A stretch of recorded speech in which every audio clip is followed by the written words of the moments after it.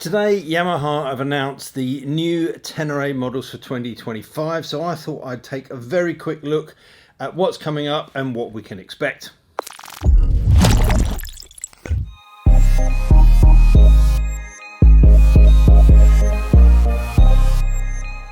Now, of course, the Tenere 700 doesn't need an introduction. It has become an iconic adventure bike, largely because of its simplicity and back to basics nature. It's proven to be a robust and reliable bike. That CP2 engine is absolutely fantastic, and people who own them absolutely love them. So what are Yamaha going to do for 2025 to keep that spirit alive, but also push the model on? Obviously, the much loved and lauded CP2 motor continues to power the bike. But now there is a ride-by-wire throttles, and that actually brings riding modes to the Tenere for the first time. The two options available to riders will be Sport and Explorer. Sport is pretty much as you'd find the Tenere as it is now. An Explorer just gives you a softer throttle for those scenarios when you would like to do that, and it's very easily changed with a single press button on the right-hand switchgear. It also brings along switchable traction control with two settings, simply on or off. And there's three ABS modes. Option 1 is the standard mode, and that's ABS on front and rear. Option 2 disables the ABS on the rear wheel only and keeps it on the front. And option 3 turns ABS off completely, so the rider has got full control over that braking. And Yamaha have also made it easy to access that mode. With a long press on the ABS button will turn it off completely, no having to cycle through the menus. So when you're out riding, you can go from the standard all ABS on to ABS off just with the press and a hold of the button. Very handy when you're going from tarmac to gravel and vice versa. All of that can be displayed through a brand new 6.3 inch TFT screen, but Yamaha still retain that vertical alignment, keeping that Dakar inspired styling. There's smartphone connectivity through the Yamaha My Ride app, and you can control phone calls, music and turn-by-turn navigation through the controls on the left-hand switchgear. And there's a USB-C charging port standard. That's up on the right hand side of the clocks, so exactly where you want it to be, no having to route cables down from under the seat. And there's a little waterproof cover over that to keep it protected when not in use. There's two different themes on the TFT, so you can change the way that you want that to look with either a digital or an analog style display. And the hand controls that I mentioned earlier have also been redesigned to make things a little bit more intuitive and a little bit simpler to operate. The looks are changed with brand new bodywork and a new headlight assembly up front, and there's a change to the seat as well, with now a one-piece flatter rally style seat. The clutch cover has also been redesigned to reduce interference with your leg. There's larger footrests.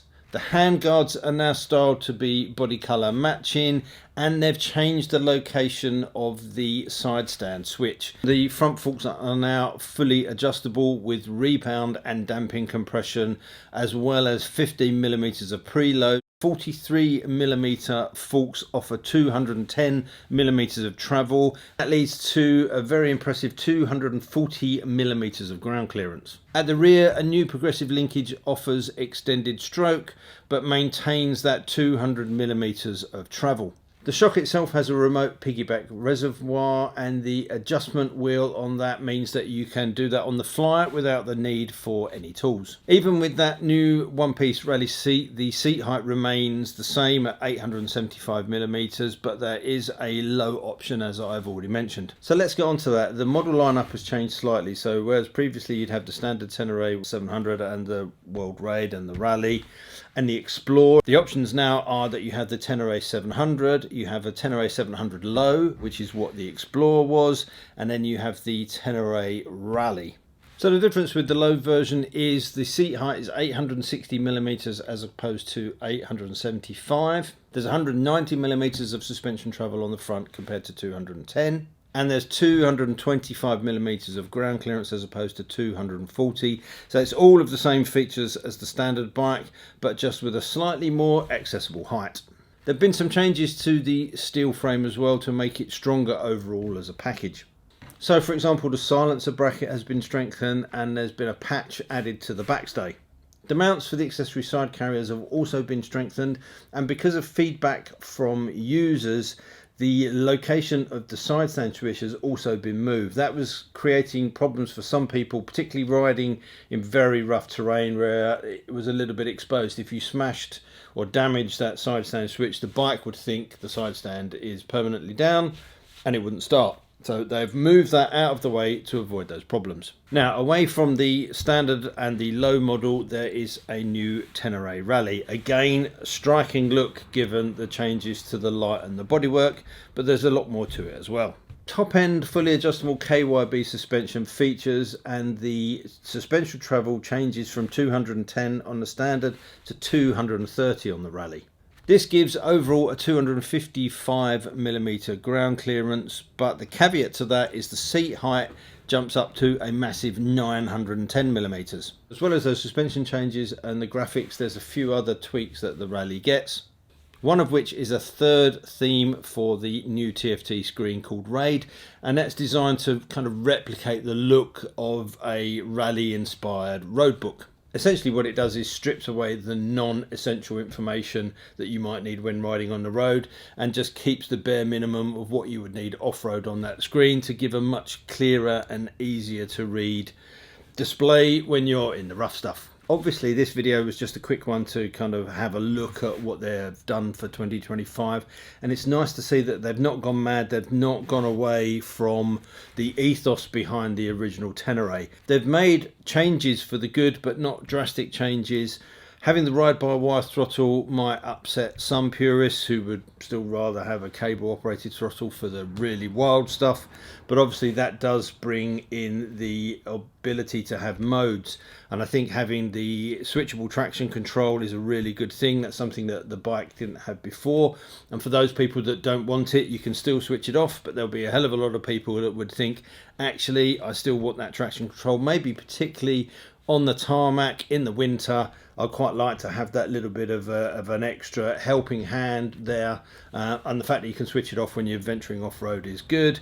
The two different modes, we'll have to wait to see what they're like in reality when you ride them, but the ability to be able to switch to a slightly softer throttle map is probably a good one. Outside of that, they've not really messed with the winning formula. The bike is incredibly popular. I don't think this is going to upset many people, and I think it's actually going to bring additions that a lot of Tenere owners would want. But overall, I think it's still a very, very good package, and in terms of middleweight adventure bikes, it's going to keep the Tenere 7 up there at the top. So I'd be interested to hear your views. Obviously, I'd like to be able to get to ride one of these as soon as possible. So as soon as I get the opportunity to do that, I would imagine now into next year, I'll get on that and I'll bring you a full review of the bike. But I would like to hear in the comments from existing owners what these changes mean to you, and also for prospective buyers. Maybe the Tenere 700 was a bike that was on your list, but there was a couple of things that you weren't quite sure about or that you wanted that it didn't have. Does this new model tip you over the edge towards that? One of those things may well be traction control, as I've mentioned, and obviously the low one makes it slightly more accessible as well compared to the standard model. I know we had that with the Explorer, but with the Explorer you had all the extra luggage bits and pieces on here. Now I think we've just got a lower version of the standard bike. So leave your comments down there. I'll be very interested to read those. If you've got any other questions, let me know. I've kind of pulled this together on the quick on the announcement of the press release. So hopefully I've got all the details correct, and if there's anything I've missed or anything you want to know, then let me know. Other than that, thanks for watching, and until next time, take care, ride safe, and I'll see you soon. Bye.